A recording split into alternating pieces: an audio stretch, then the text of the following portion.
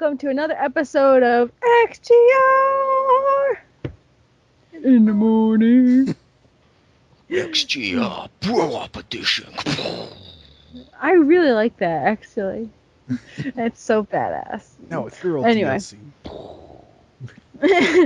You say girly now with DLC? 152% more mana G. If it was girly DLC, I'd imagine that would be some kind of Hello Kitty Simon thing. Admit it, Richter, that needs to be one of our taglines now with 152% more mana G. Yes, it does. 400 babies. We have so much mana G, we're equal to 10, right? Alright. You have mana G over 9,000.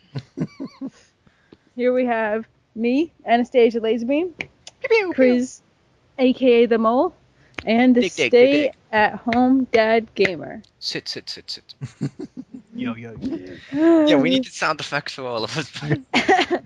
Hers is the only one that makes sense of pew pew. And I like that one. You like sit, behave in the corner. I don't know what moles would be. Probably like, I don't know, whatever sound the troll face makes.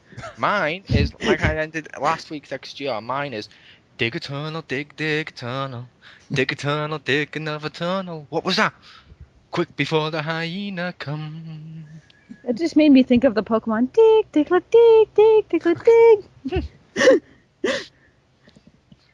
dig. Alright, so as always, we are going to start off with the news.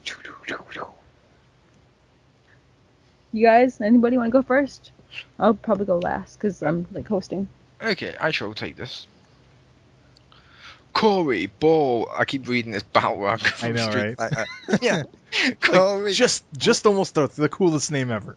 It is.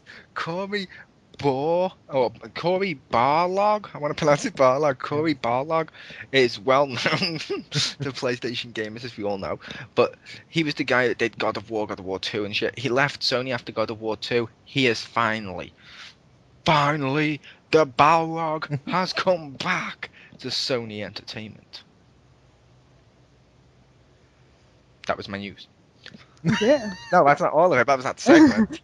Okay. He said, and I quote, "I have worked in many places with any number of smart people, all of disciples of notoriety and awesomeness. But nowhere have I encountered so many of the top of their game people as I have at Sony."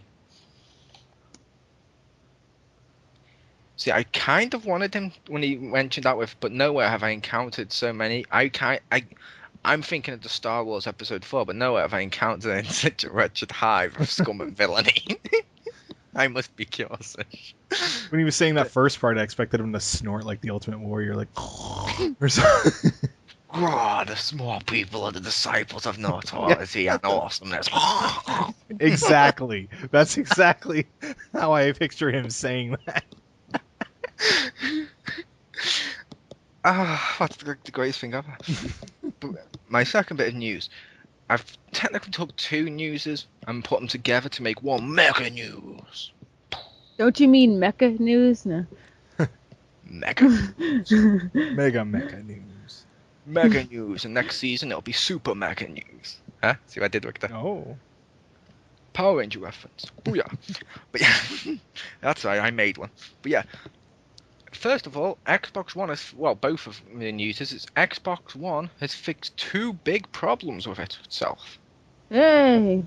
Again, the first one thing that we have more flexibility with the architecture of the Xbox One is that we can dial back the power of the box considerably, said Del Castiello.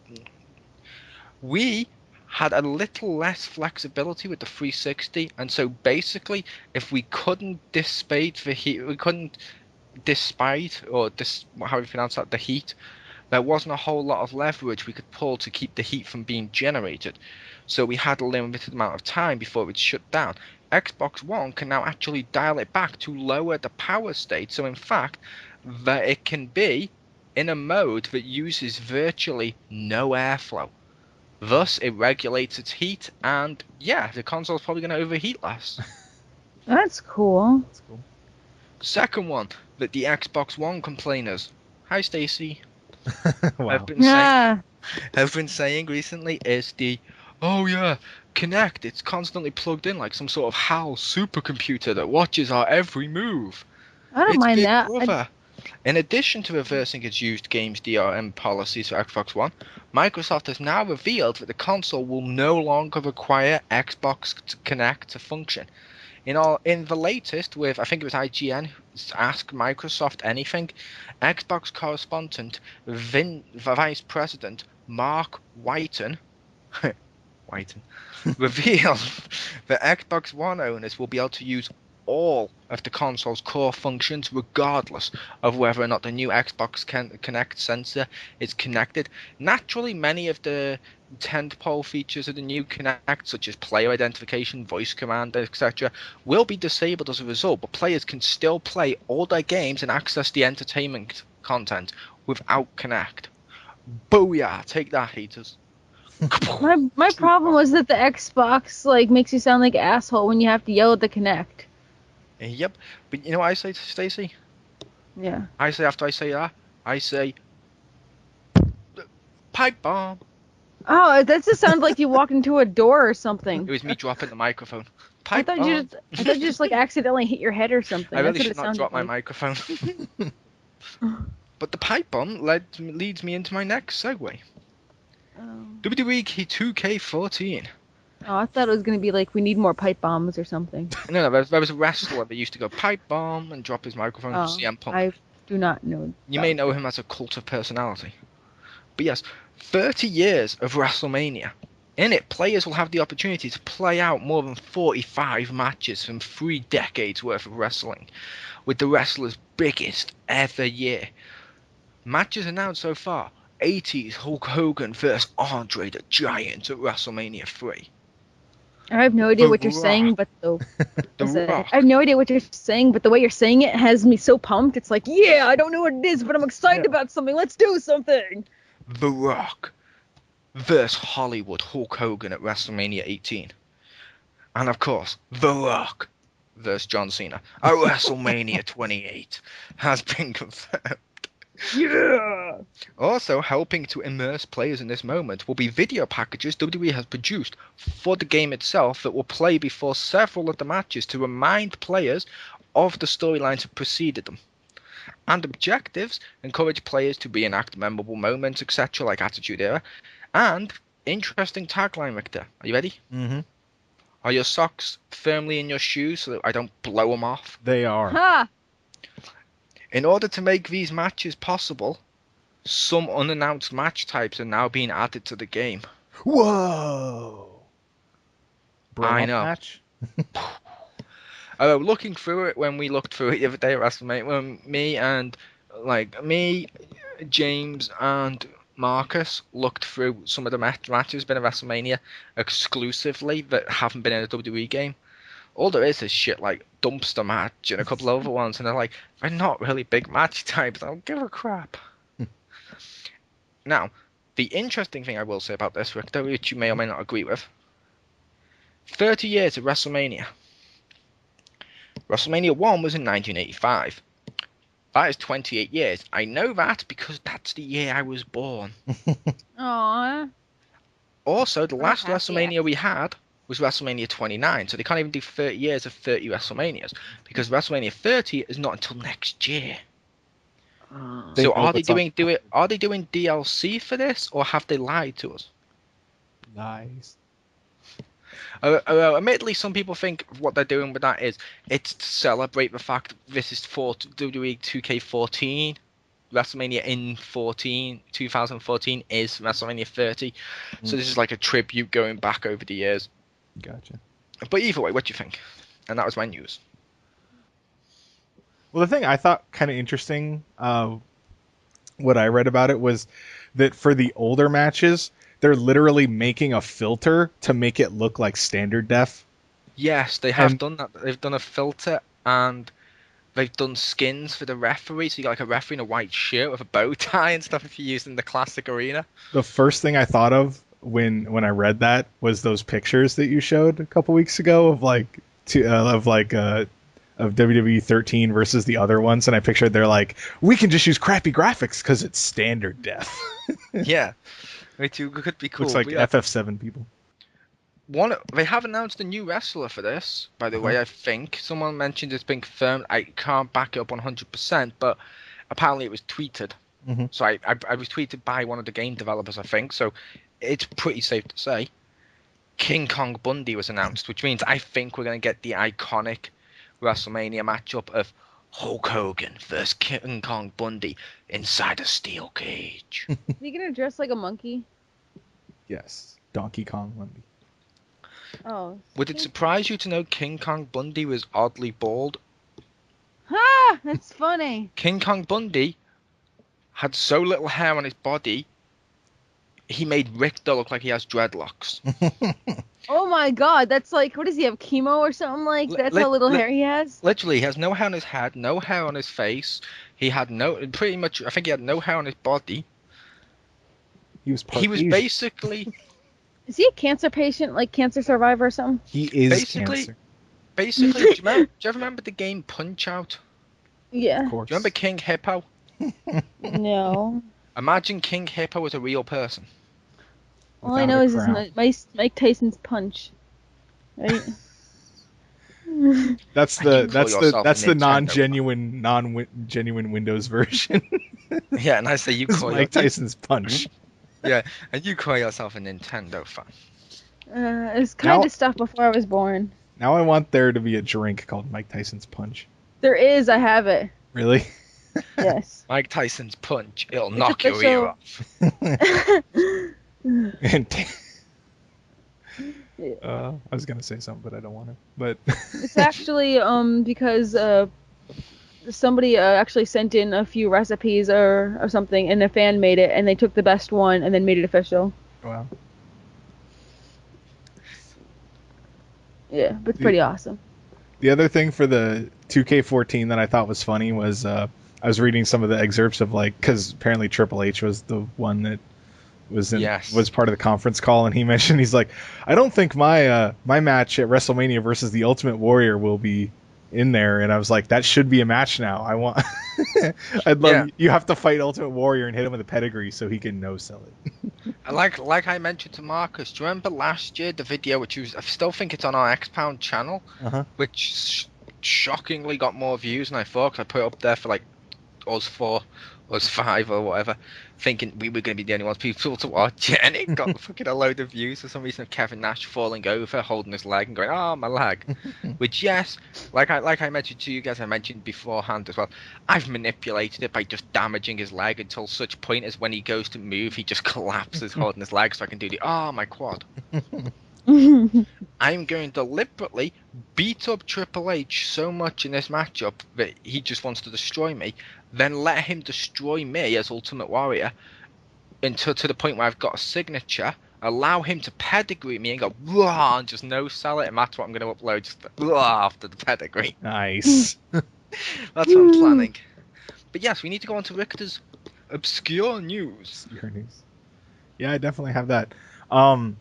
So first up, there was a game that Chris has mentioned before called Gianna Sisters, and they announced that they are coming out with a Wii U version of it. I mentioned Gianna Sisters. Didn't you? You tried the PS3 version like a couple weeks ago. Don't think I played Gianna Sisters. I don't think so, because that sounds like something only you would know. Wow. Yeah. It's like a platformer. I swear you mentioned that a couple weeks ago. I think you No, I imagined it. mentioned Switch Mega Force, whatever it's called, which they're doing a second one of. Yeah. Oh.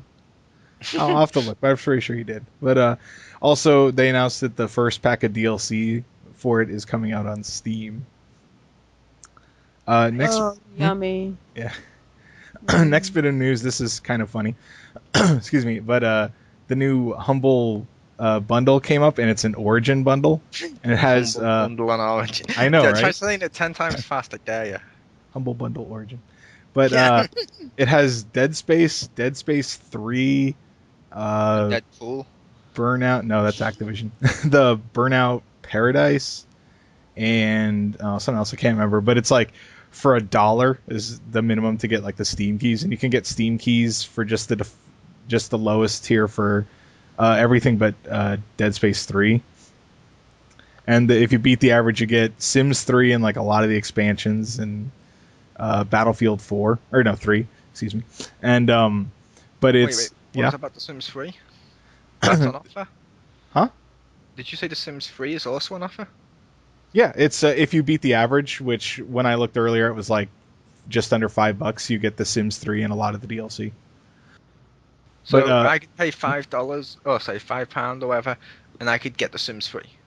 Yeah, you'd get an origin code for that one because they're all origin codes, but it's fine. I got SimCity 4, I think, on that. But some of the lower ones, they actually have Steam keys too. Nice, because nice. Yeah, I got SimCity on Origin, Victor, because I did the really sad thing of when I bought the new SimCity, and they gave us the Make Good download where you can pick any of their games that they had on the list to download to make up for the fact this SimCity didn't work because of all the always online. I downloaded the previous SimCity, which was on the list, because I wanted a SimCity I could play without playing it online. Pretty bad. What's funny about this one too is even though people hate EA, they actually get no money of this. All of their portion is going to charity. So normally the Humble bundles, it's a split between charity, the developers, and the Humble site. And this one, it's just the Humble site, and like it's like 5 different charities or whatever. See, I will say, like I've mentioned in the past, EA. They have picked up their game recently. I mean, they got rid of people that they thought weren't doing any good. They stopped insulting consoles out of fucking nowhere, like they did done with Nintendo for no reason with lies. They got rid of the online passes. Some of their games coming out look fucking awesome. I'm actually saying EA right now isn't the worst developer going. Hi, Capcom. I mean, even if you're willing to use Origin, even if it's not that good, $1 for Dead Space 3, that's pretty decent considering that hasn't been out that long. I'm willing to use Origin. I'll admit, I kind of prefer Origin to Steam sometimes. Not for everything, but sometimes like how it runs or how some of the layouts are, I kind of prefer it. But I do use Steam. Yeah. Other bit of news that this will be funny. But GameStop is selling used copies of Wii game Xenoblade for $90 over here. And, oh god, I heard about this. Yeah, a lot of people are. Why?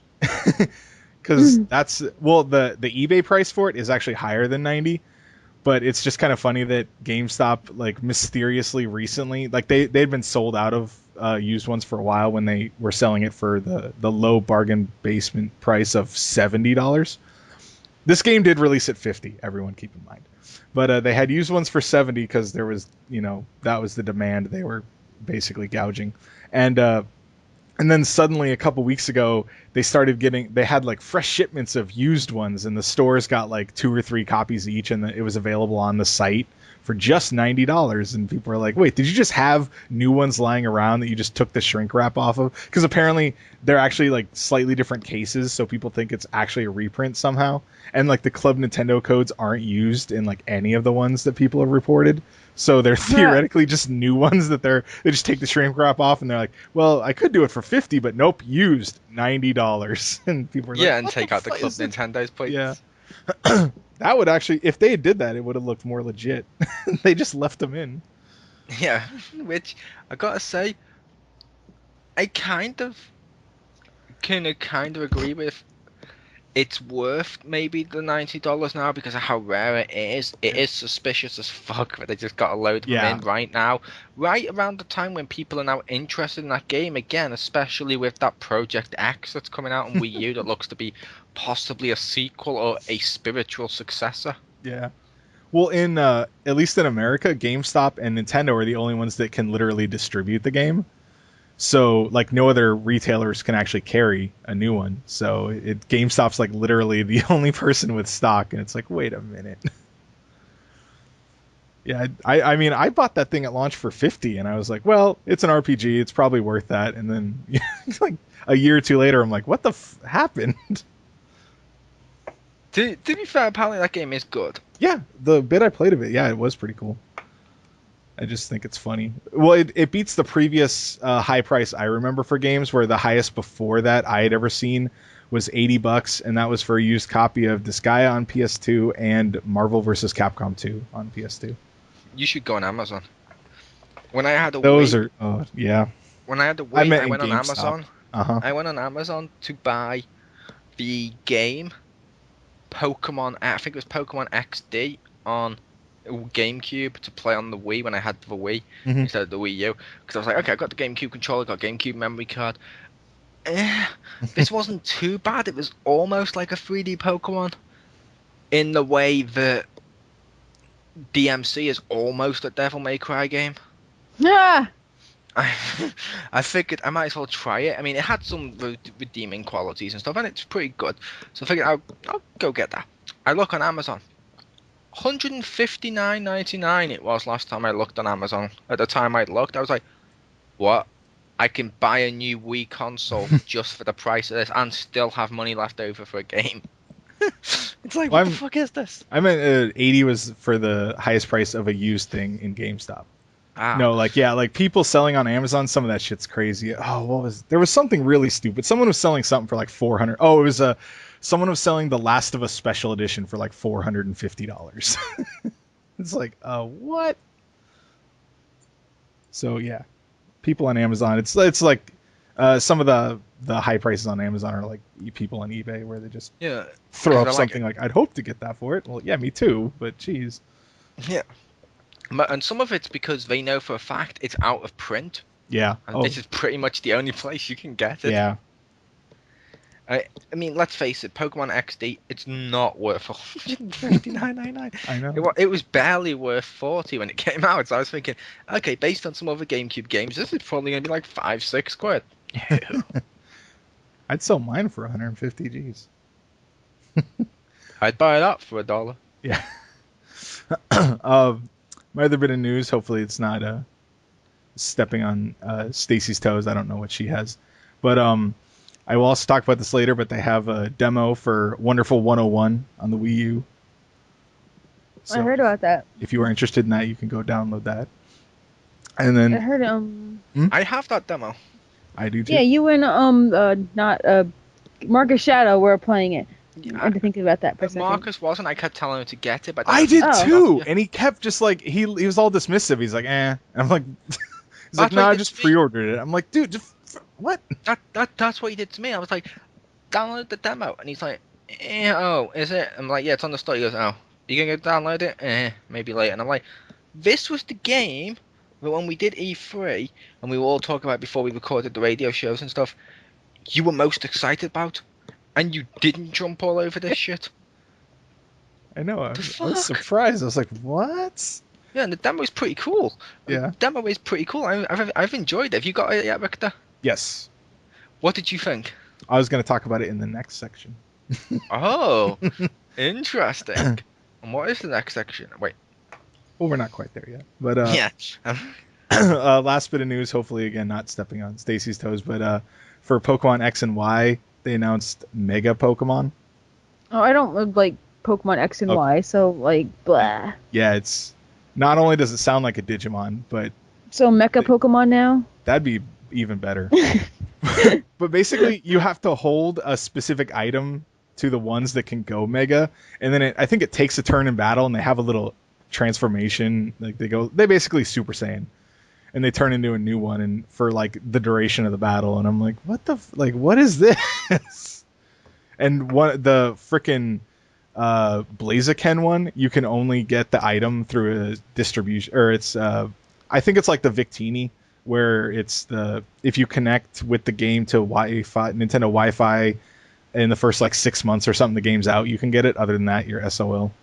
To be fair, that's not too bad. And with him, they did bring him out later on with the games, because when I had Pokemon Black and White on the 3DS, they did re-release him just at a lower level later on. Okay. So it's like they could do. I could see him doing that. At least it's not as bad now with the internet as. Do you remember Mew? Yep. Where you had to go and wait inside fucking stores, and they could run out of them because it was that was stupid. Yeah, it always makes me laugh when people run out of downloads. It's like, how'd you run out of downloads? Well, because back in the day they just gave them away. Like you didn't download them. They only had so many. Yeah, which I still remember, which is technically wrong. I don't care. I still remember back in the day, I know someone that went to one of those events. Mm-hmm. He got one. He came to school the next day, and we did the copy cheat. Right. So you could clone Pokemon. Uh-huh. We did that. So I got a Mew, and pretty much a few of my friends all got Mew. Uh-huh. It was awesome. And then when I finally had them, I was like, oh, I don't really like this guy. Back to surfing Pikachu when I went yellow was out. Well, I have a friend who has that had the legit Mew, and it like they gave you a sticker for the back of your cartridge that he would always talk about how he was so proud to have that. The only good thing about Mew is that he can use any HM or TM, so he's like an amazing travel bitch. So you can teach him like fly and surf and rock break, and then you only waste one slot. Yep, which that is pretty handy. But I was like, okay, Mewtwo, badass. Yes. Mew, he's meant to be like Mewtwo. He's fucking rare as fuck. I'm expecting to get this guy, and I'm expecting to completely just, as you hipsters, Stacy would say, pwn his ass. Well, I just think if you ever use Mew in a battle, people would faint how rare it is, and you just automatically win by default. Well, people would look at you and just go, and then instantly kill him. The best thing Mew was ever in was Pokemon Snap, where you could hit him with shit. Yeah. Yes. Well, yeah, and he was fucking hard to take a photo of. I love Pokemon Snap. Because you had to break his shield, otherwise it was like blurry. Yeah. I bought it again on the Wii U or the Wii. I loved. Did you send pictures to people? Fuck yeah! I printed them out at Blockbuster. Yes, Blockbuster. I went to Blockbuster, brought in my memory card, and printed that shit out. I can't remember if it was the Crispy or if it was one of my other friends, but I think Crispy's definitely seen them anyway. But one of my other friends as well, they kept saying, "What the hell is wrong with me?" When every day, like once a week, I did a thing where I was like, okay, I'm playing Pokemon Snap now. I'm going to do this every few weeks just to take the piss. I'm doing a Pokemon Snap of the week. Each one was a different Pokemon, unconscious and dead, because I've pelted him with apples or pellets. That's amazing. Like there's Pikachu fucking dead, hanging off like the surfboard. You just fucking killed me. Why? If Pikachu could speak, he would say why. I loved hitting them so they'd fall on the tracks and the thing would have to stop. So it would hit them. Yep. It's like, it's like that Vulpix is dead. I don't care what anyone says. It's dead. I also love the fact it encouraged you to do it. Yes. Like, do you remember Charmeleon just walking around the edge of the volcano, minding his own shit? And so you pick up an apple and you go, boom. And then Charizard comes off and starts fucking breathing fire down at you. And I believe Professor Oak may have, or at least you did, you got the feeling of the game. A lot of people when that happened were like, why is he doing this? Why is he so angry? I'm like, you knocked him into a volcano. I like you'd get bonus points when you knocked him out. Professor Oak would be like, oh, you knocked him out. And you get like 80 points or something. And I'm like, you're sadistic. Yeah. Take a picture of Jinx. Erotica. But speaking of erotica, I believe it's Stacy's turn. Yep. Alright. Well, first off, I have news of PS4 pre-orders. Not here, and they're all sold out except for Target, which I think is really funny, and I'm sure that'll be done by tomorrow. So I already got mine, so I'm good. But yeah, completely gone, no more pre-orders, and I don't know if it's the same with you, because I know there were I heard, but the UK ones went out first. Y'all done? No, I'm still here. No, I mean like the PlayStation 4s, like they still have them, like where you are, like stores or pre-orders gone. The store I was in had 10 days, you only had like 10 days ish, and even then they were like, yeah, you better come in like 3 or 4 to get them back in stock. Yeah, which is fine because pre-ordered my shit. It is ironic. Because I have a habit with pre-order slips of, so I can pre-order games and in the past I've lost them because it's like a little piece of paper. How's this for ironic? My PS4 pre-order and the game I'm getting with my PS4 is sitting inside the Legend of Zelda Skyward Sword box. Ha! Did you buy that the day you reserved them? No, I bought it before it, but I was like, when I came home and it was there, I was like, why not? I'm playing. I was like, fuck it, that game, Zelda's a bitch on it as I did during the Let's Play. Fuck it, that game's good for gathering dust and storing shit. Please tell There me you go. when you open it to get it out that you'll go doo doo doo doo and play the Zelda noise when you get an item. No, Oh. I'll do that when I go into the shop. They hand me, I've got PS4. Wait, I'm holding Oh. up at midnight screaming, I have PS4. Yeah. Outside the store, I'm gonna be mugged. All right, so I just thought that was interesting that Target is the only place that still has it. But anyway, another thing is the Xbox One in some areas in Europe, they're not gonna release until 2014 in some European markets. So it'll they won't even have they'll only be the PlayStation 4 in those areas. So yeah, I don't that's gonna fuck them big time unless they can fix it. That's just more reason to get the PlayStation 4. So those are the little chibi newses they have. And then I don't know about you, but you played the game Runner 2? The Runner 2? Yeah, played the game. You ever played it? No.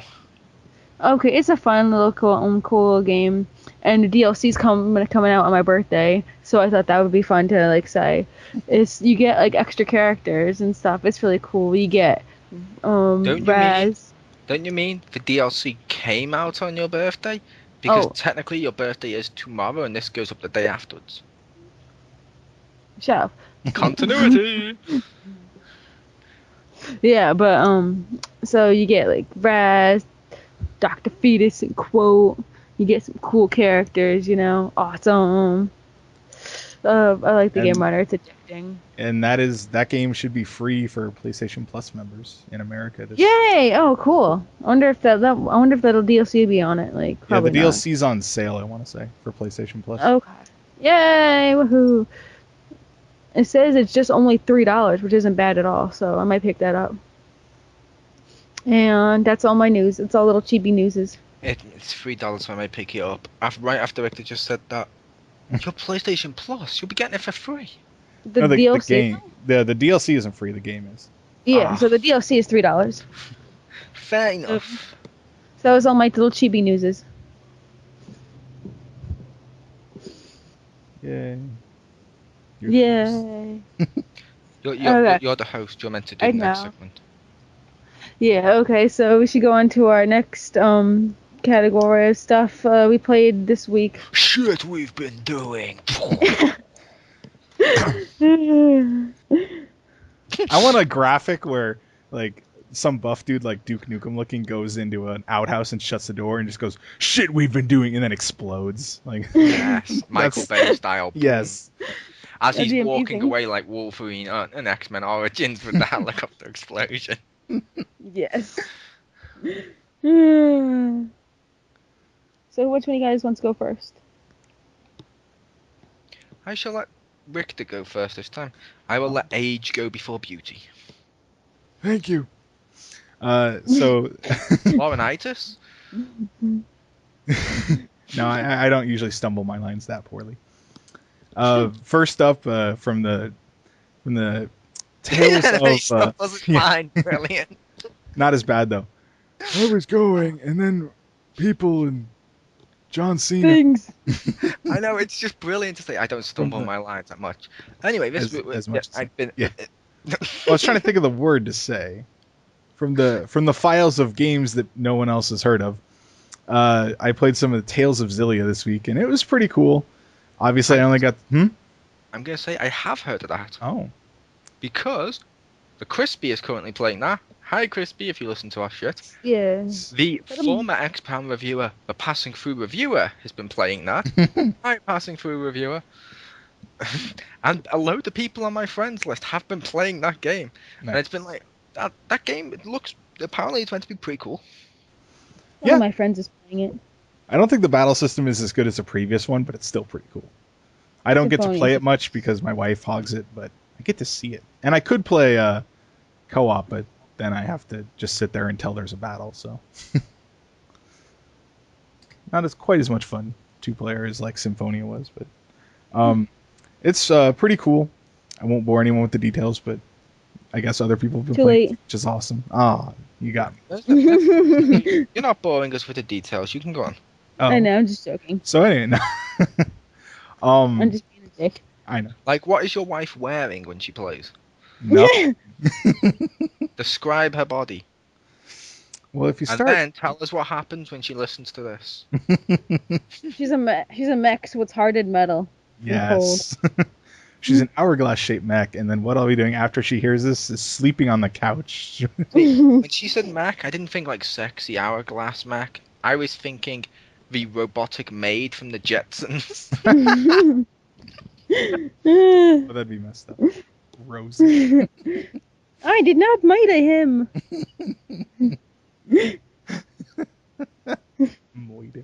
I think we just really just dated ourselves. Yeah.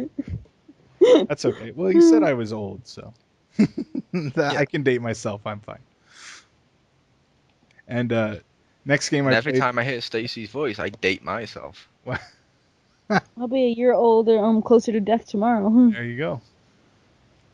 I'll be a day closer to death tomorrow. But then also this week I played a lot of Monster Hunter. As you may remember from the previous weeks, I got the Wii U one and played several matches with my friend who came back from China. And we got my hunter rank up. Hi, Marcus. No, he's never been to the motherland. But I also played with him too. And it did not go as badly as I thought. Hopefully he doesn't listen to this. But it didn't go near as poor as I thought it would. He actually was like listening to stuff I was telling him. Although once or twice, encourage him to listen to this.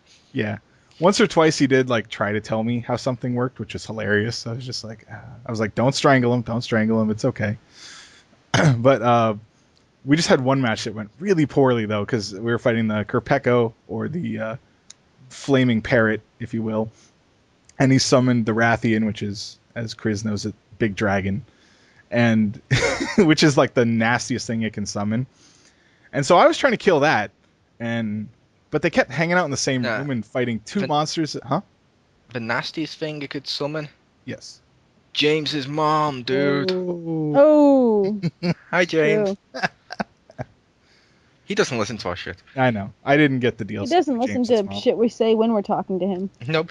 I believe the only ones from the Xpound that actually listen to us are Tachi, the Crispy, and Aeon Rider. Shout out to Aeon. Yep. Hi, Aeon.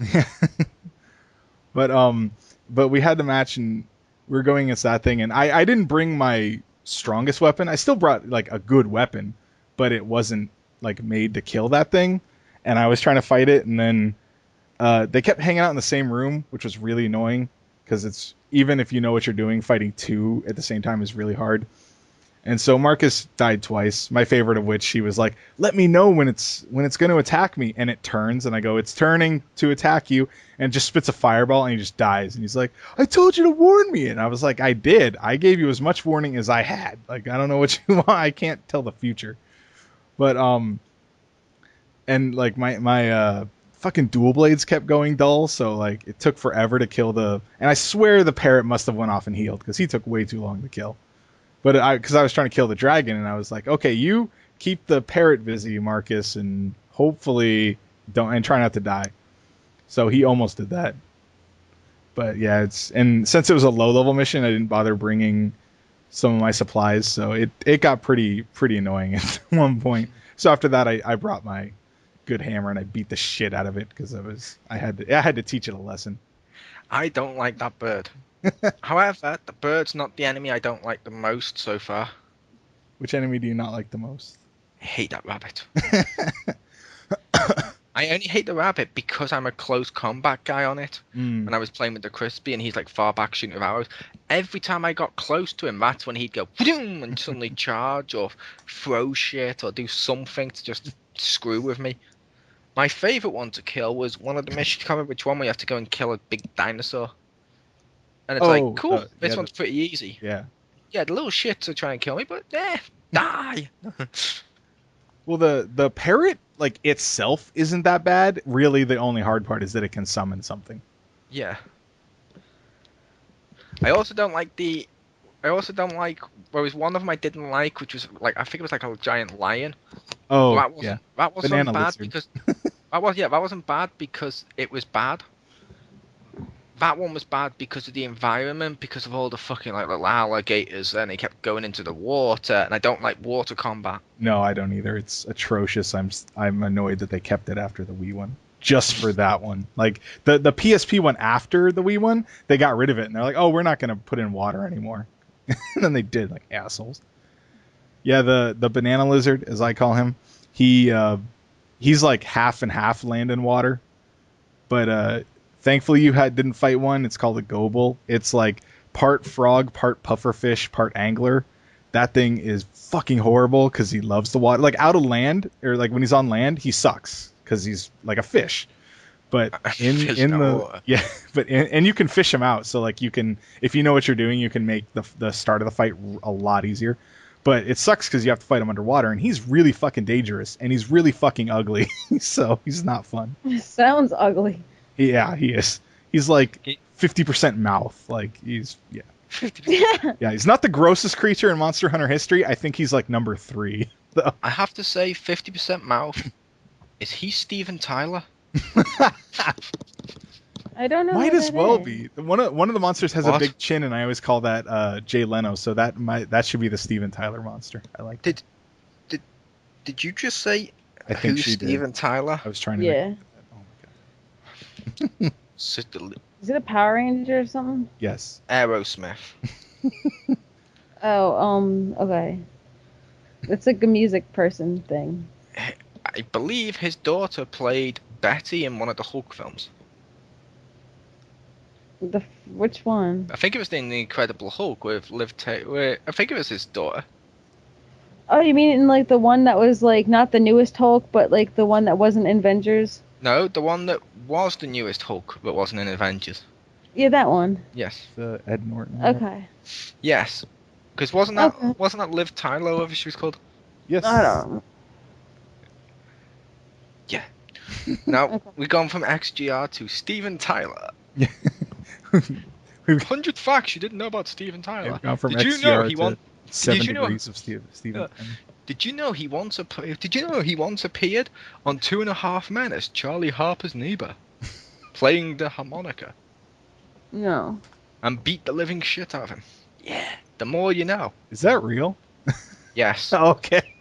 Literally, he did. And you even get Steven Tyler saying one of the greatest lines ever to him when Charlie's like beaten up afterwards and it turns out he lost the fight. And he's like, sorry about the fight, dude. Hope there's no hard feelings. And Steven Tyler looks at him and goes, no hard feelings. I'm still scraping your ass off my boot. And I'm like, it's brilliant. Yeah, he played the harmonica on 2.5 Men, which led to him playing it. And Steven Tyler screaming when Charlie screams about how annoying the harmonica was at him. Steven Tyler screams back, people pay to hear me play the harmonica. He goes, no, they pay to hear you sing. They tolerate the harmonica. I can't believe it's been Steven Tyler whoever says the robot from the Jetsons. This is awesome. This may be the oldest XGR with mechs. Yes. I'll bring it. Voltron. Aerosmith in space. You know what's a good game with the Aerosmith thing? Has anyone played Revolution X or Rev X, which is like that light gun game, like the Terminator arcade machine, but it was with Aerosmith? I played that way too much by that friend. It's like not a very good game. It's fucking hilarious, but that's a cool game. You know how like you shoot you shoot bullets, but then like the special thing is you shoot CDs. Yeah. Nice. It's cool. I still remember him in one of the think it was Guitar Hero or Rock. I think it was Guitar Hero. It was either with Guitar Hero or Rock Band. I can't remember which one. Had the Aerosmith edition. That was kind of cool. Oh yeah. I had that. Like I also had Rock Band's Beatles edition with the drums just set and everything with limited edition Beatle monocle and shit. Nice. I just wanted to get that one. That and the Lego one. I have Lego one. The Lego one's so awesome because you get stuff like Alien, Freddie Mercury. Nice. It's genius. It's pure genius. But anywho, back to your games. Last thing I played this. Yeah. Last thing I played this week was, as mentioned before, the Wonderful 101 demo, and I believe Chris also played it, and it was pretty cool. It reminds me of the Overlord game, and I guess Pikmin is like that, but it was pretty cool. The only problem I had was like the controls were kind of weird, so it took getting used to that, and I feel like it's the game that if you played it for a while, like the controls would be fine, but if you came back to it after a period of not playing it, you'd be like, oh, what are all the buttons again? You'd have to like stare down at the bottom screen to see what they all are. I can agree with that. I do like the mechanic of the bigger you draw it, yeah, the bigger it becomes, which, be honest, Victor, like me, did you draw it so big it then said you ran out of wonderful people? Yes. Things so it like stops and like, oh, and I tried to get as big as possible, like the giant fist or the giant sword. Yeah. Well, I was glad that they were very lenient about circling people to join, because like I could never get the circle to start how I wanted. But I'd say my favorite part was that one of the enemy monsters that captured people was a gacha machine. You know, those little ones where you put in the quarter and then you turn the knob and out comes a capsule toy. Yeah. And I thought it was awesome that, you make the hand and you actually turn the thing to get the people out. I was like, that's awesome. I was like, this is so Japanese and that's awesome. It was, like, that's how also I had to crack the safe, too. Yeah. That was actually a really cool puzzle where you had to, like, look at the top screen to see what you were doing and the bottom screen to, like, actually turn it. That was kind of cool once I figured out what was going on. See, all I did was I changed the screen onto the TV, moved the camera, read the number, turned back, and then just did the numbers. Well, I was like turning the thing, and I'm like, what are the numbers I'm putting on? And then because you're like looking down, I think, at the pad at that point, defaultly. And then I look up at the screen, I'm like, oh, those are the numbers that I have. Okay, and then I did it, and I was like, that's actually really cool. Yeah, I kind of like that mechanic. But one thing I was a little disappointed by, it might just be me, I've never been able to do a giant gun. Every gun I drew, no matter how big it was always the same size. I wanted him to draw a gun so fucking big it would just fire like bullet fucking bills out of it. Wouldn't that be a cannon? No, not if you fire it with a trigger. Okay. Not if they retcon it out. Yeah. Sorry. But yeah, that was a pretty cool game. I will probably eventually get the full version when it comes out. So those are all your games? Yeah. Yes. Alright. Okay, so I'll do my games. Okay, first off, I was playing Bastion, which someone donated to me. This guy on Steam named Mplate. Thanks for that. So, first impressions on that, it's okay. I'm not like, I understand why people like it. I'm not like super enthralled by it, but I kind of like it. Ungrateful bitch. Wow. I know, I don't want to seem ungrateful or anything, and I'm totally gonna still do my review of it and everything. Hang on, Stacey. What's that? It looks like a ship and it's already sailed. No, like it's fun. It's not like the best thing ever, you know. But like it's pretty fun. I like it. I had to put it on casual though, because normal is too hard. Because like I've literally like died like all the freaking time. Although in all fairness, the first hour I played it, I didn't have a mouse, and I was playing on Steam, so I literally had to like fuck with the controls and everything, and it was just really really difficult. Like, but as soon as I got a mouse, it was a lot easier, but it was still too hard.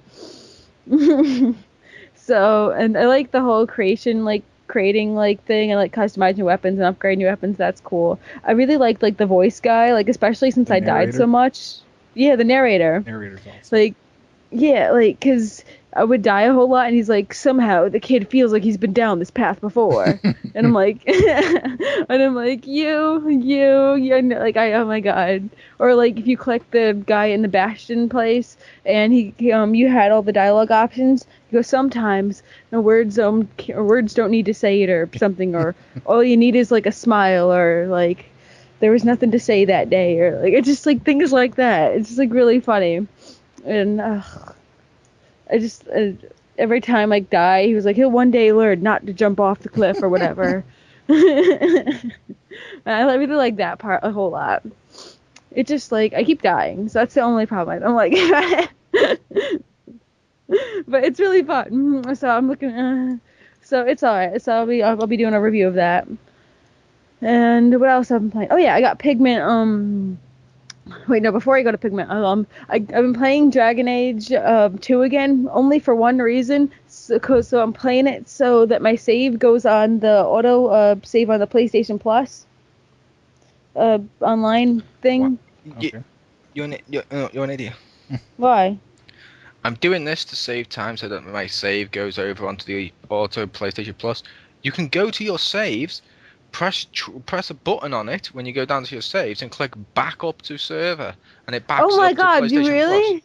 Plus. Yes, oh that's my why I did god. all my Dragon Age saves.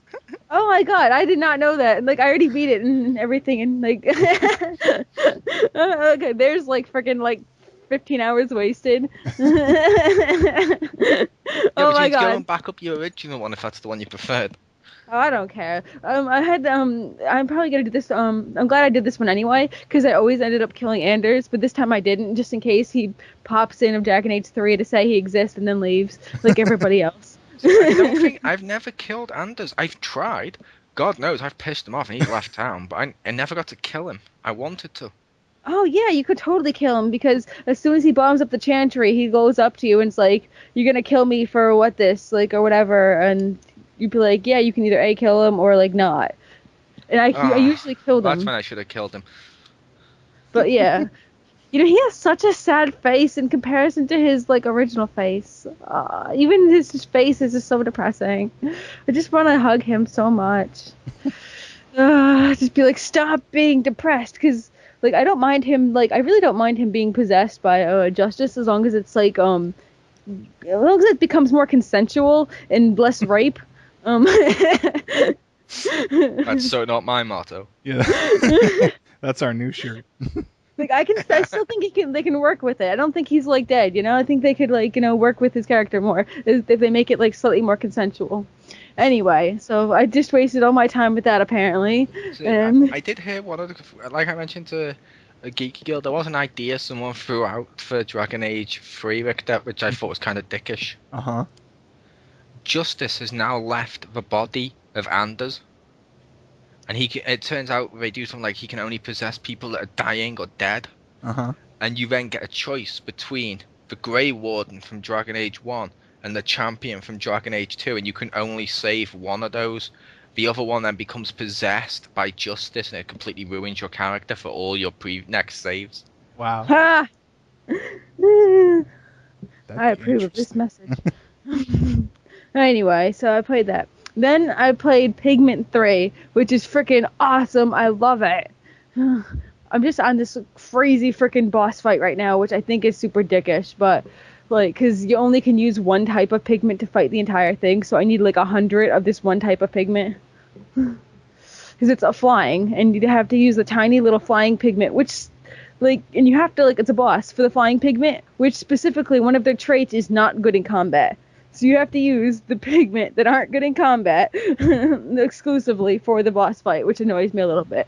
But like, the graphics in the game are really awesome. I love all the types of pigment. The purple pigment is still in there. I always thought like the rock pigment would replace the purple pigment, but it's not true. So I get my little mole pigment back, and everything will be okay. I wonder if the white pigment will still be in there. I like how they also fuse, so you don't have like 6 billion onions next to you with all like the goddamn types. And also, wait, this is a spoiler. Never mind. I was gonna say something, but like, I'm not gonna say it. Okay, so instead of collecting like junk like the last one, you collect fruit, and you could you just juice everything, and it's really funny how like these people are literally obsessed with like juicing everything. It's like, oh, I get all this juice. It's too bad I have to share it with people. Ah, yeah, this juice. Fuck yeah, kiwi juice. Ah. And it's like, it's just really funny how they see it's like the most precious thing. It's like gold to them. So that's really funny. And I like that you can use the Wiimote and like point and click your pigment, or you can just use the WiiU pad, which is they work both perfectly fine. And you can like totally play it with the Wii U off, and like just with the Wii U control pad, and the graphics look just as good on the freaking Wii U pad as they do on the TV. That's like impressive. Like it's kind of ridiculous. Like I was kind of taken back by that. Like that was pretty cool. Nice. It's like, yeah, and it doesn't mess up with your maps or anything. And oh, the best feature in any Pigment game like ever. They should all have this. The walk here button. You can finally like you can be like, because sometimes it's really hard to get areas because I have to like time it right with lily pads and stuff, or crossing rivers or jumping. Fuck all that shit. You don't need to do that. Now you can just freaking click here. So I'll like slowly split up my 3 teams. Be like, you here, you here, you here. And the AI is really good. Like, there'll be one day where I can just send the pigment off and be like, you're to collect berries the whole day. Just keep on doing that. And they'll do it. They'll just do it.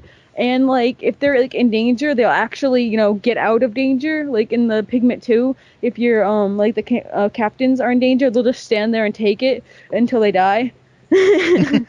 Nice. And now they'll actually either do a full circle and run around and panic or something, or eventually they will like get out of the immediate danger and some place where the enemy won't attack them, which is good to find out. So if you want to find out a place where enemies won't attack you, just throw your captain in danger and they'll run around for a bit and then find out where they end up, and that'll be, oh, I know I don't get attacked there now. Like, yeah. But yeah, the AI is a lot freaking smarter and stuff. Like, and they don't get like all trapped in like the other pigments. They always get trapped in corners and making turns, and they really nailed that out, And your 100 pigment don't take up like a freaking like it's not like you're navigating like this whole freaking legion of bus. It's like wide, but like when you're following, they don't fall over the side of bridges and stuff because you have so many. So they got the whole like walking like a very skinny line thing down. They fix so much stuff. It's awesome. Nice. So Nice. those are the games I've been playing. Nice. But now I feel like an idiot. Like I seriously played that thing in 15 like damn hours because I didn't think it was gonna save, and then like holy shit, like god damn it. Oh well, whatever. Okay. It's all past, I guess. Time of my life I'll never get back. I enjoyed it though. Yep. Okay. So now the games I've played this week. Yep. I've played a lot this week, so I just narrowed it down to 3, so it didn't drag on. First 2 I will mention are going to be platformers. The third one, Richter, Mm-hmm. an RPG. The world has ended. I like RPGs, depending on which one. It would depend on which ones. But the first platformer. La la la la la la la la la la la. No. Smurfs 2. No. You had your Pikmin. Shh. No. The Smurfs 2. I bought this game because it was pretty cheap. It would just come out, it was pretty cheap, and I was like, okay, it's a pretty cheap game. The kids here want to play it and stuff, so I was like, okay, why not? I enjoyed the Smurfs film, I'm not gonna lie. It's bad, but I enjoy it. But I can still admit it's bad. And I bought the game, and I'm thinking, okay, this game's gonna suck balls. And I'm sat there, and then suddenly it's like all cartoony, flat, hand-drawn images with a narrator. I'm like, this is kind of cool, okay, for the story. A little cheap, but kind of cool. But when it gets to the gameplay, it switches to all like 2.5D, and it becomes a platformer like New Super Mario Brothers. And each Smurf has their own ability. Like Papa Smurf can freeze stuff. Gutsy Smurf, which is my favourite, goes, just runs forward, punching through shit. Brainy Smurf uses his intelligence to do high jumps because he can work out how to do it. Smurfette can float in the air, but you have to get her at the end of the game. You got stuff like Jokey Smith drops this bouncing bomb. It's pretty cool, and there's a load of boss fights, kind of cool. There's secret coins to collect throughout each level. And the more you collect, the more Smurfs you unlock for your village, which is like the hub. It's actually kind of cool. If you've got kids, I highly recommend you pick up this game. It sounds so much better than the second movie. It's based on the second movie, and which I'm looking forward to seeing. But it's cool. I actually enjoy it. Like you have to face Gargamel, or Gargamel possesses a polar bear, and you have to go and fight this evil like spelled polar bear. Or check this out, Richter. He made a phoenix.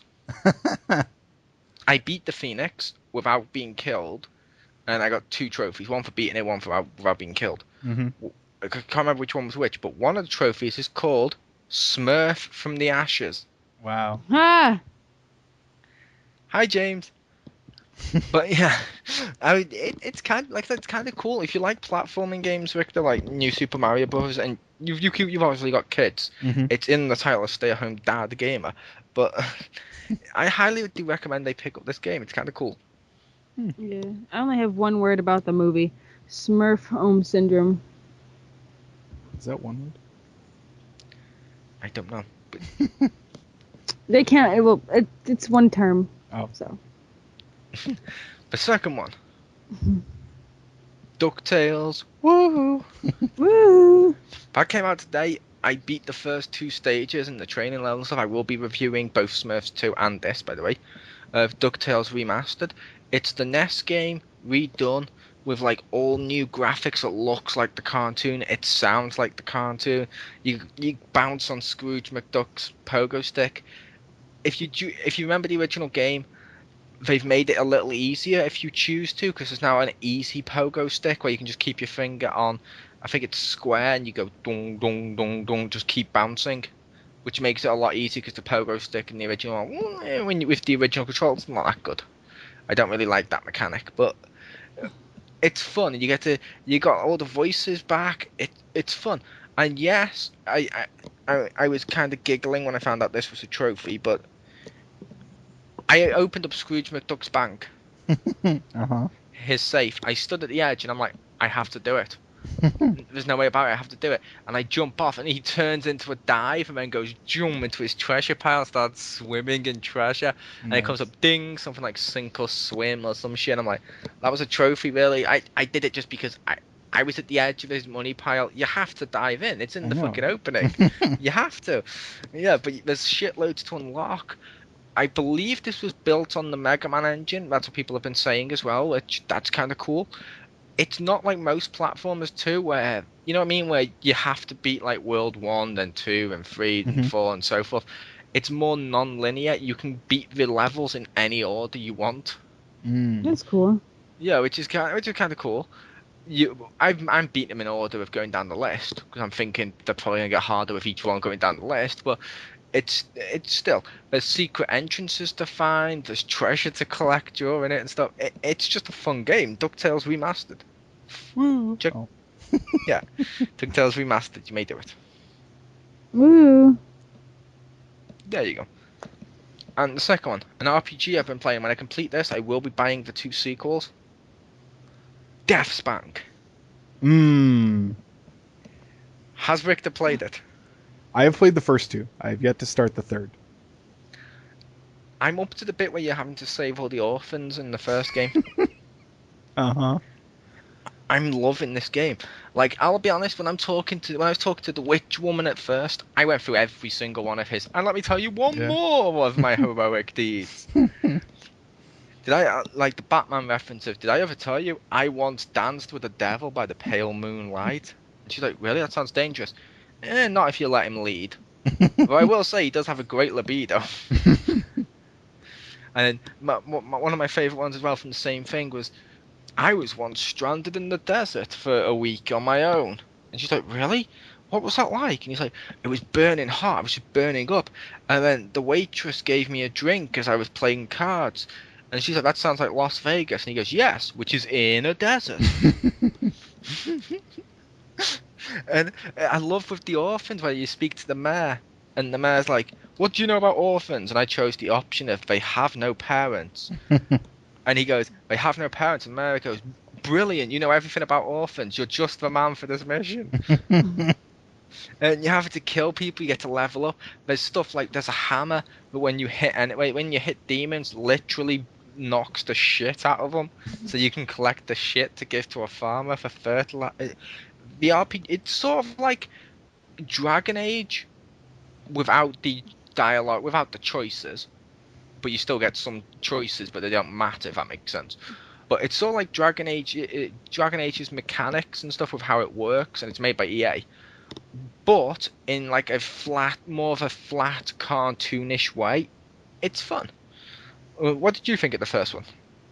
The first one's awesome. Like, I really like those games because they're fucking funny, and like some of the weapons you get. I'm trying to remember some of the horrible weapons in the first one, but I know in the second one you get a potato peeler at the start, and just like my favorite weapon, or one of my favorites, which I've recently replaced on the game, was when he had a giant metal fist on a stick, and he'd go and punch people with it. I'm like, that's so awesome. A lot of the stuff like has good descriptions too. Like the great sword, it's like, man, it's an okay sword, and like bastard sword, and it's like it allows you to curse, teehee, and stuff like that.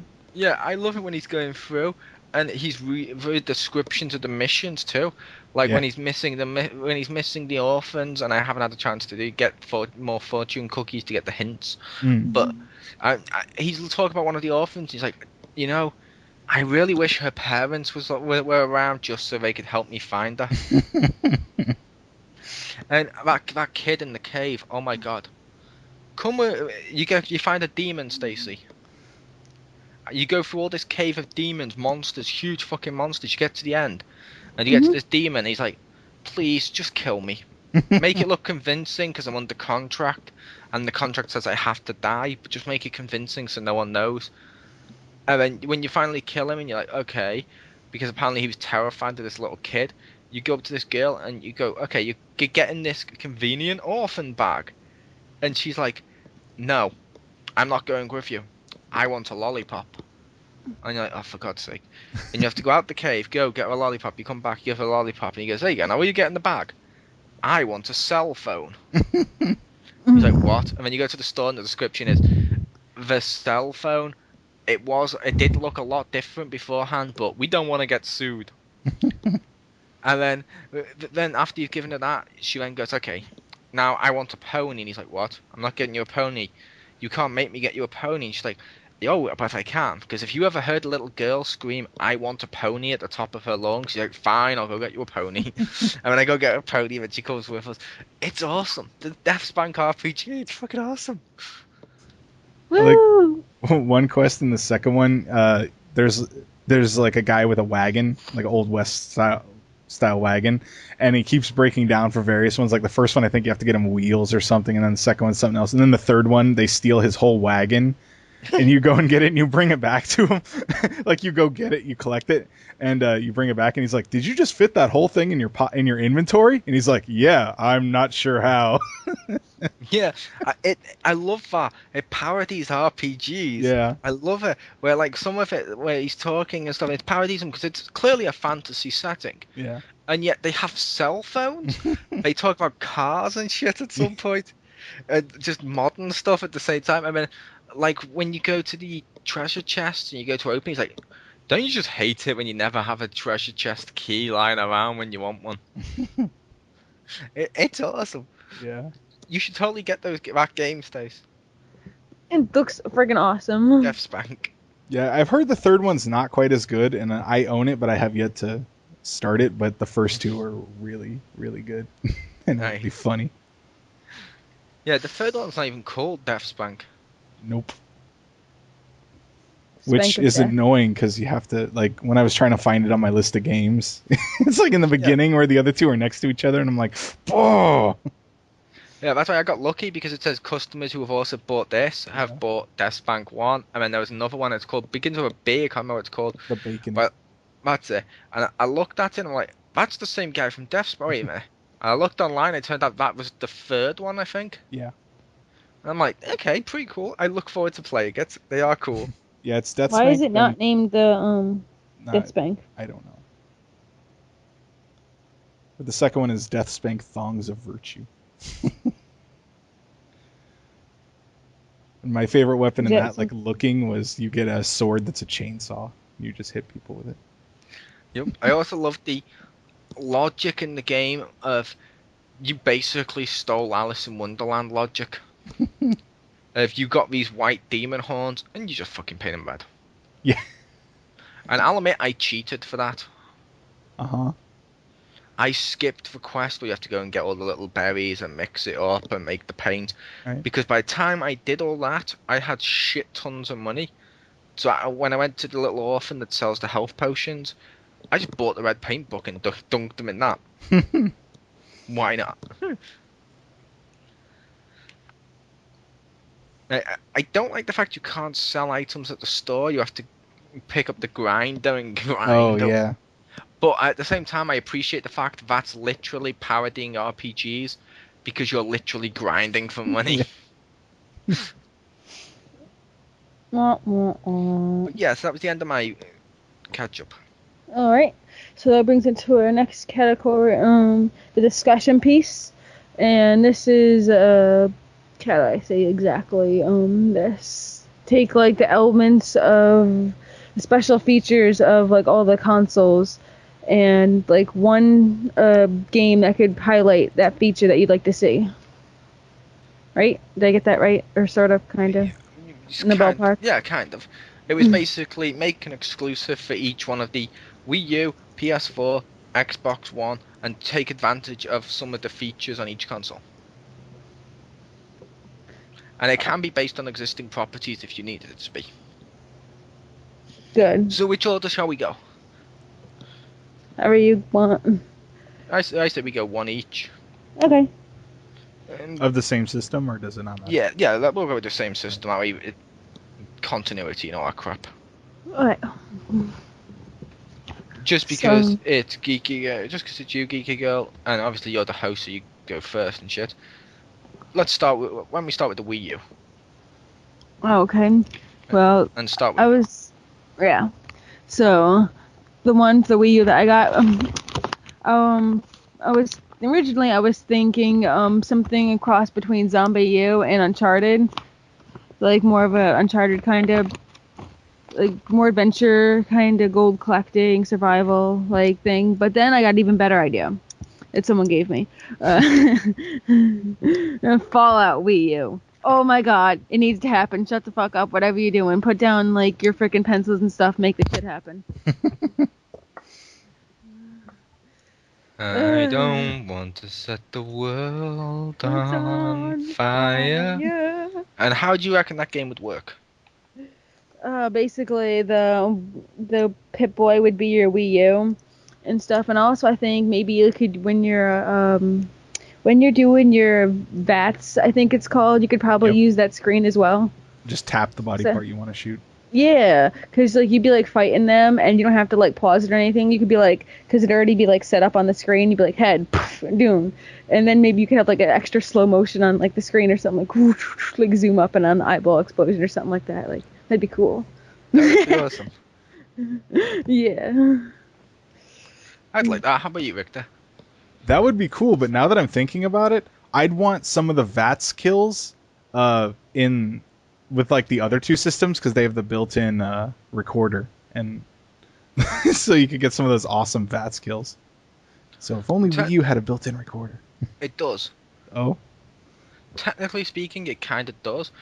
They're not taking advantage of it though, but like on Miiverse, for example, when like Mario Kart comes out, you're going to be able to post your Mario Kart videos on Miiverse.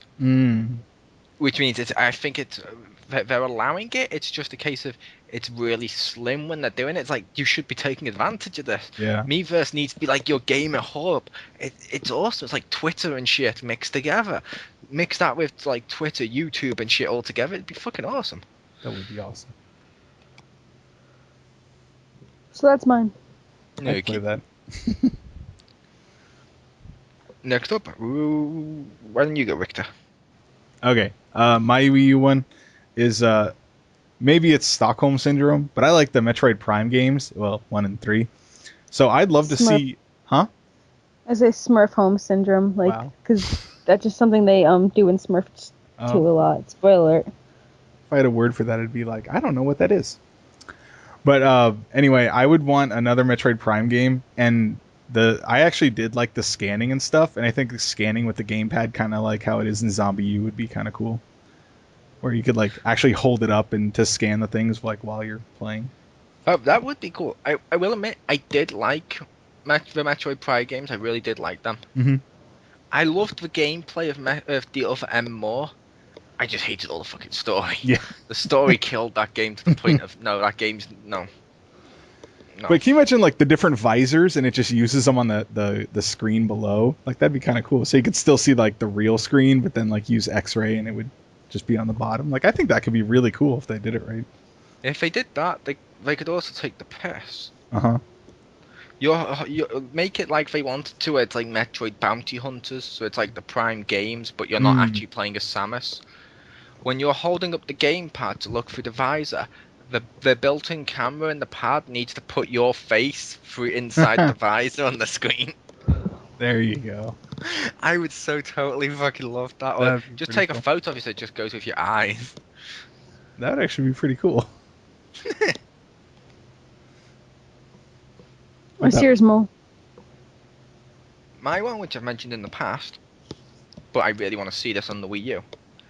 Dungeons and Dragons, using the gamepad to design the maps and stuff and place enemies when you need to and stuff like that. So, like, people are holding onto the Pro controllers basically, or Wiimote and Chuck, depending on what you want to go with. Most people will probably go with Pro.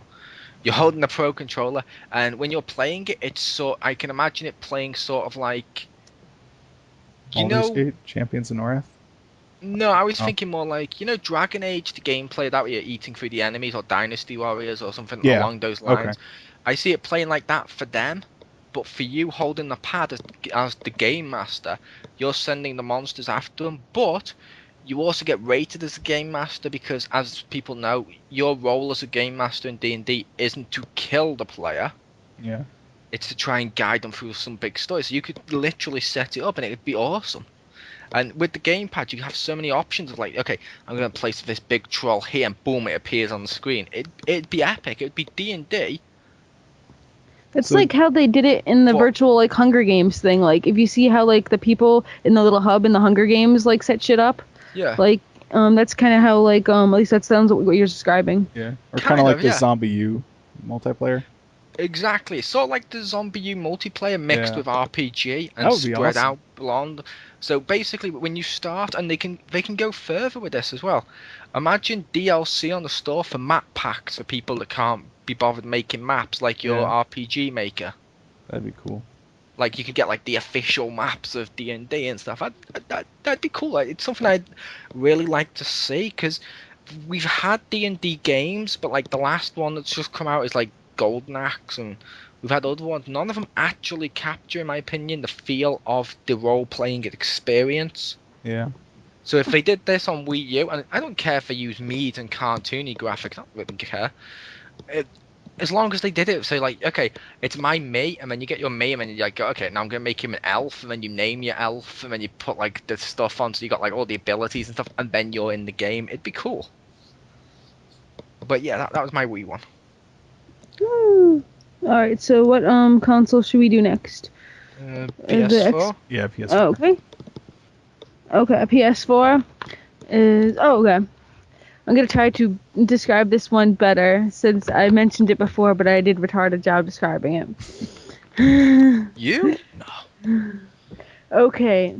Basically, take your PlayStation Move and full out like the early 2000s like Harry Potter game using the using the Move as the wand, and like personally I would just and just going through the whole game like that, like you're actually spellcasting and stuff. Personally, I would love it if you're not Harry Potter and you just kind of tag along and you're like your own person, or you can do your own shit. That'd be awesome, and it's full out like through the years. But like if they could just even Sorry, I was going to say, hell, going by that, if you're not playing as Harry Potter, set it after the book so it doesn't contradict anything. and then get J.K. Rowling or whatever to do an original story set afterwards. So your character that you make would be the new chosen one. That'd be cool too.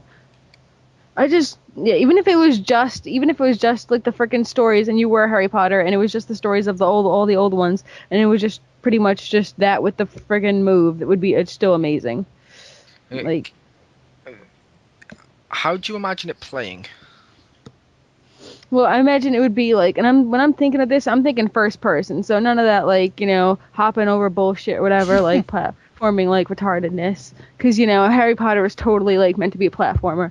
In first person with Harry Potter, if you get hit in the face, will your glasses crack and you won't be able to see? Yes. I'm okay with that. But that'd be like, I'd love to have like first person, and like I'm okay if your glasses fall off or you get like knocked down or whatever, or maybe like I think if there's like some spells, like what is it, like there's one where you literally like hang upside down, and like I wouldn't mind if the camera's like upside down and you have to like cast spells, like, and it's gonna be like a little harder because the camera's upside down now, like that'd be pretty cool. See, the game you're describing does sound cool. I'd prefer it to be third than first, because I always prefer third to first person.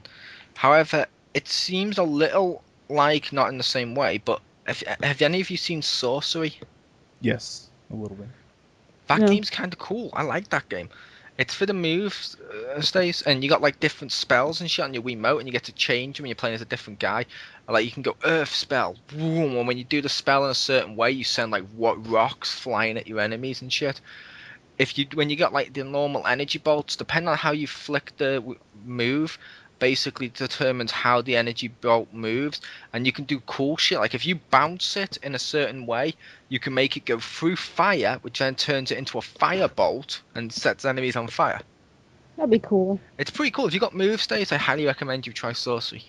Yeah, I got move I got moved for Christmas, and then I actually got the camera like a year later. For the next Christmas?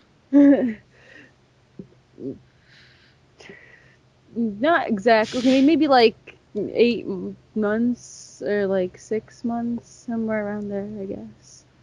I'm not exactly 100% sure. Okay. Yeah. Okay, so that's mine anyway. Mole or... I can go next. Whatever, it's all good. Yeah, you can do if you want. Yeah, mine's not that great. But great way to start. I know. I like that. I like to set the bar low. It's yeah. Hello, can you go? It's how my marriage is so successful. So I was thinking, does anyone ever play those Stuntman games? I did play some of them. Okay, so I was picturing like a game like that, or like Trials Evolution, or I don't remember the Vita version, but some game like that where you can like make levels, and you kind of have to either go through a track, and like, try to do it all perfectly, but where if you screw up, a lot of times it's just fucking hilarious because like you get stuck in something, or you just fall all weird, and you fall like 300 feet and it looks funny. Like have some like one like that where either if you pull it off really well or if you crash it, since it'll save it, you can like upload those. So either through the game or obviously it would upload them to YouTube. So because I think that'd be kind of cool because I love the built-in recorder. And if you have a game where you'd want to see a lot of the screw ups and a lot of the like really good runs, I think that would be kind of a cool use for it. You're not supposed to enjoy the built-in recorder. It's took our jobs. Took our jobs. Took our jobs. Took our jabs. I know, but I think that would be kind of cool because sometimes I've seen people play like the like Trials Evolution and stuff, and the way they crash is fucking hilarious. Like where their head is like, because I blame the Havoc physics engine because I always do, but like their head is like sticking through the wall and like their body's all jittering around and shit. Like that's funny. And I have a game for you, which I'll tell you after we finish recording. Is it Flat Out? No. Okay. But I think that would be kind of fun. Nice. This one's a little generic. I didn't actually put any license to it. Mm-hmm.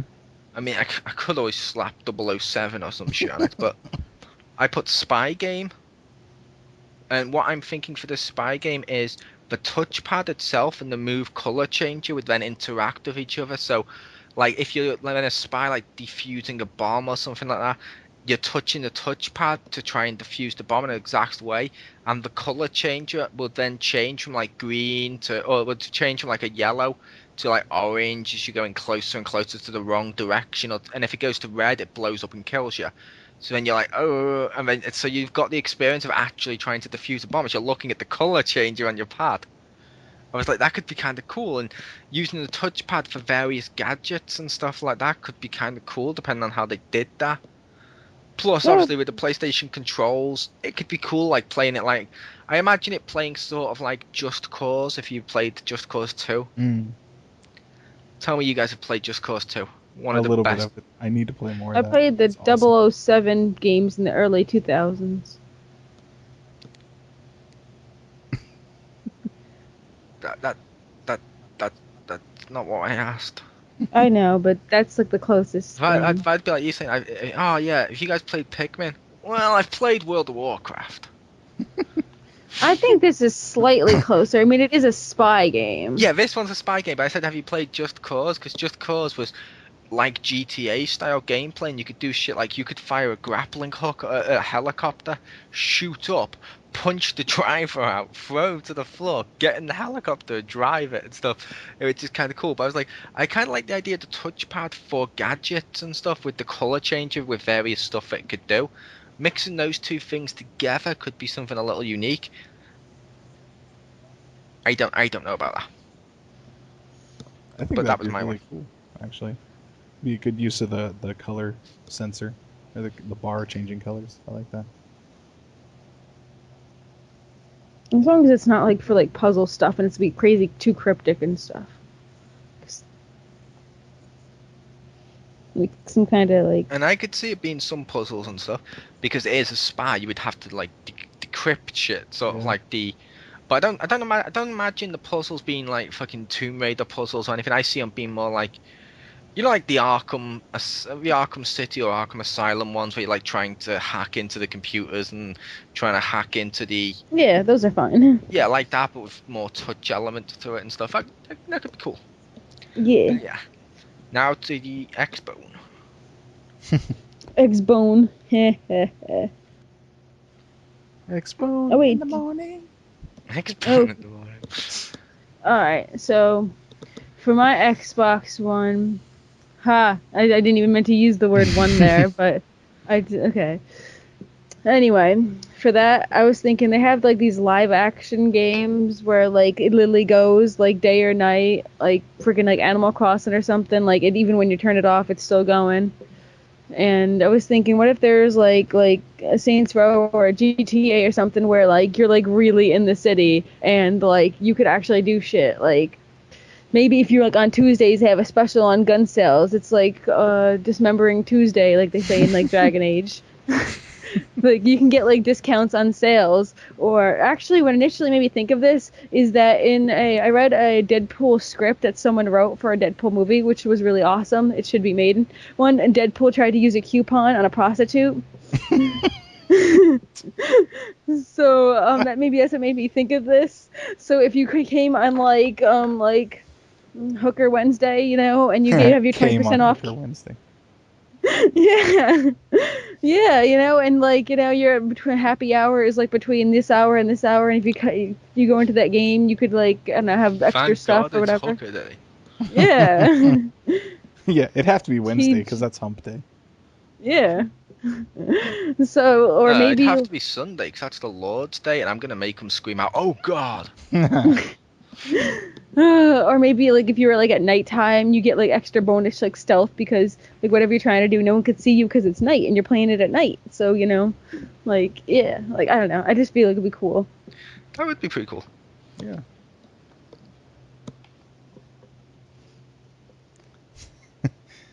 You could commit more crimes on holidays because they'll have less cops out. No, you can make them look like suicides on holidays because everybody knows there's more suicides during the holidays. It's part Hitman. Guy hung himself. I don't know what happened. If you're in America, if it's an American city, if you're playing during the quote Black Friday, Are the streets going to be filled with pedestrians running into the shops and just fucking Oh my god, they stampeding? should. You could just like freaking machine gun them all and they just die. I'd And honestly buy the game for that alone. then you could help escort that one lady in the back of the line. Be like, yep, the area's clear for you now, ma'am. Just add Monster Truck DLC and that'd be amazing. I need into that Walmart. Brrr, and you just drive over all these people. No, Victor. Mhm. Like I said, Saints Row the 4 mech suit version DLC Yeah, style. There you go. You like your mech suits. Imagine gunning down pedestrians in a mech suit. I'd just step on them. It'd be funnier. Could I buy the mech suit on Black Friday? Like, and then use it against them? No, my kid wants this Transformer. No, my kid wants this Transformer. No, we know more about Transformers. No, we love Transformers. Doom mech suit steps on both of them and Victor just gets ding! Irony! Your kid wants the bottom of my foot. Ooh. But, I mean, I will go next to the Xbox One then. Okay. Because I'm sure Victor's next one will be epic. Yeah, sure. Oh, Yeah. no. You just said, oh god, no. You just, the way you said that, I was thinking, no, you're more of an Xbox fan. I figured yours would probably be more geared towards the Xbox One. Okay. I'm picturing a futuristic real-time strategy game. Or turn-based strategy game, I should say, rather. Okay? Mm-hmm. You don't use the control pad. You use the Kinect, and you're going like clicking your troops with your finger, dragging them up to where you need to with voice commands for them. Like, okay, you're taking this troops there, and it says, what would you like to do? Attack, troops up there. Defend, troops up there. Capture.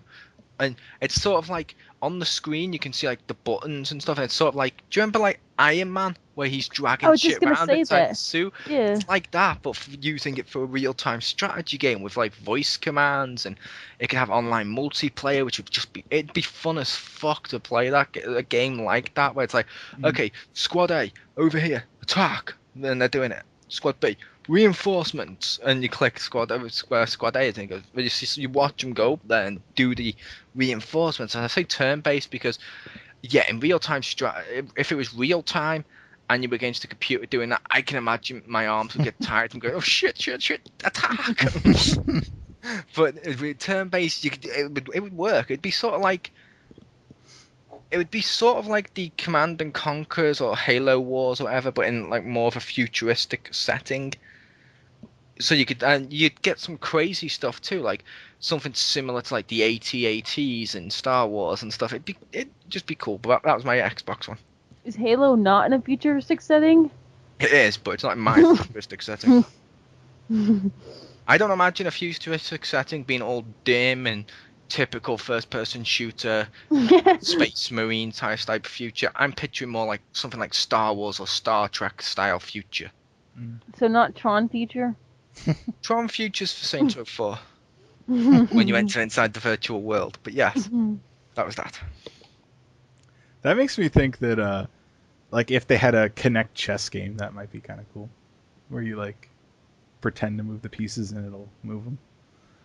But anyway, mine, it would be... That wasn't yours? No. It wasn't a chess game? No. I literally sat here with my mouth open like, really? He came up with chess? No, I thought of that now, and I thought that would be kind of cool. That would be kind kinda of cool, pretend to though. move the piece. That So you would wouldn't be need a cool. controller. Even cooler if it was battle chess. When you move them, you then get the Yes. interaction. Yeah. It'd be cooler if it was Wizard's chess. Get the castle eating the queen and shit. Yeah, I loved battle chess. I need to get Battleverse chess on PS3. But continue, Victor. The one I had that I thought of, granted it's not the best. It's a cool feature of Xbox One, but it's really expensive. But I thought of a collectible card game, something like Yu-Gi-Oh. You could even do this with poker if you wanted to. But basically, your hand is on a smart glass device, so like a tablet or a smartphone or whatever. So you could have multiple people, and like you'd see the actual, like the field would be up on the screen, but they couldn't see your hand because it'd be on the device. And you could actually like place the cards, and yeah, like you could, when you draw a card, you could like swipe from the deck and it would put a card, and you could rearrange them and you could play them. I thought that'd be kind of cool, so you could do a lot easier multiplayer. I mean, it'd be more expensive. Realistic. Do. The question I have to ask is, Yes. the question I have to ask is, when you're playing that, Can they read your poker face? They could, unless you don't have one. The Kinect could too. You're fighting the computer. Imagine he's bluffing. Yeah, he's bluffing. Wait, but what? No, he had a royal flush. What the fuck? I'm his console, dickwad. I want the achievements for crushing his friends. Crushing them. Picture of like a fucking face on the screen going, with shadows and lightning and shit. Yeah, and if you did it with poker one, that'd be kind of cool because then you could like, hit or stand by just yelling at the Kinect. You just be like stand, and it'd be like okay. You say hit, and then the controller comes up and hits you in the face. Yes. Split, and the waitress brings you a banana split. You're playing freaking like Xbox One in a restaurant, like. Yeah, you say split, and the disc comes out, and you're like, no, split, not spit, and it's like pulls it back in and goes, I apologize. I was thinking it's gonna break the disc in half or something. I was gonna make a roulette wheel and red ring of death joke, but I'm moving on from the red ring for a while. Yeah, they're not gonna put red lights in the Xbox One at all. They learned that lesson. It'll be the blue ring of death or something next time. It'll be a yellow light with the Microsoft logo, so when your console's in danger, it flashes up on your wall like the Batman logo, but with an M. Yes. For Microsoft. I would like that. It just flashes up the Xbox support number, so you know who to call. Oh my god, that'd be amazing. I wish every single thing did that. You know how hard those are to find sometimes? Yeah. Like the right number to call? Oh my god. I do know the Sony and the Microsoft one because of when I worked at GameStop. We had to tell people, so. And they had like clever ones, but I don't remember the Nintendo one. Alright. I don't think we've covered this whole thing. So thank you again for listening, and we'll be up on our next Wednesday XGR, and as always, keep listening. Thank you. Out. See ya.